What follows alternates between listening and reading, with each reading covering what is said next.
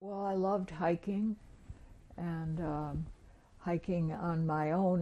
When I was old enough, I was able to go um, up Canterbury Road and then up Culver Road and then across to this little park. And there was a wide waters pond there from the old Erie Canal. And when I was in high school, I was able to take canning jars, clear canning jars, and get water from the pond and bring it back home. And then I would put it and let it vegetate, and little organisms would develop in there. And a friend from my grandmother's from across the street had a 1870 microscope. A microscope from the 1870s? Yeah, Cool. right. So she gave it to me, and so I fixed it up and looked at slides and learned how to make slides of different organisms. So you were not only out collecting insects and displaying them with these butterflies nets, but then also going out and doing research on microscopic organisms in the local water? Right. And so I drew pictures of them, and I was a pretty good artist. I had gone to the Rochester Art Gallery from 7th grade on. And so from that art class experiences, you then were then transferring that artistic knowledge and ability to your study of these organisms in the pond water? Well, I had the microscope, and I made the drawings. So my artistic ability enabled me to make drawings through the microscope on beautiful paper with, really nice pencils.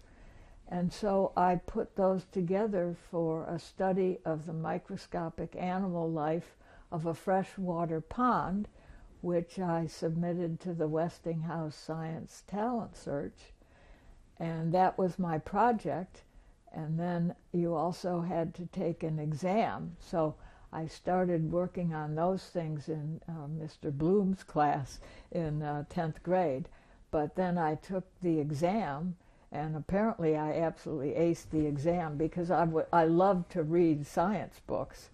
And so that was the way that I then got one of the 40 finalists from the Westinghouse Science Talent Search.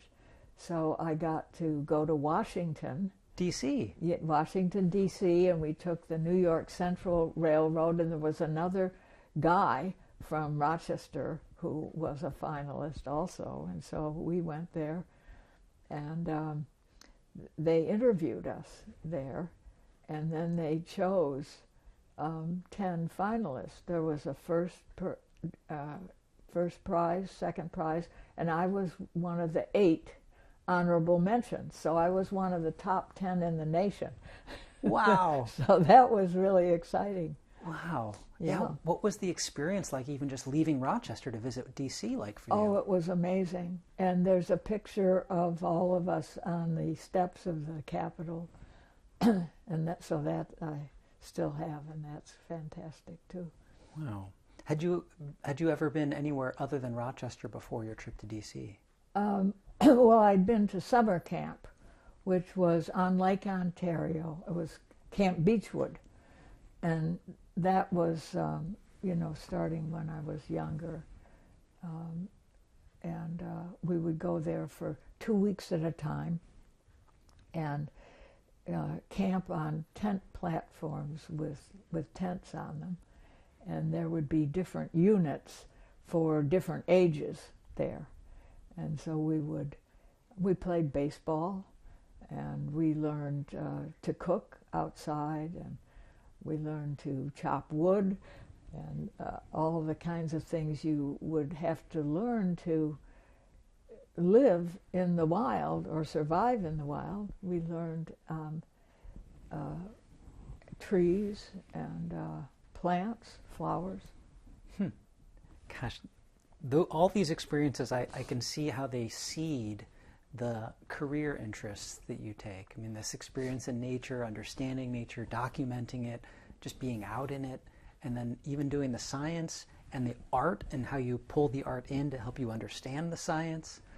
Yeah, so I was lucky because I was pretty good at drawing, and because I had also this practice in modeling clay, but also drawing, and that helped me to do the drawings of the microscopic animal life. And so they were among the best parts of the project. So I wrote up a page about each one. I took my slides that I had made to the University of Rochester, to a biology professor there, and he helped identify the actual names, the scientific names, the genus and species of the different slides. So when I submitted it to the contest, I had the names and descriptions and drawings. Oh, no wonder you became a top 10 finalist in the country on this Westinghouse Talent Search. It was a lot of fun. It was really fun.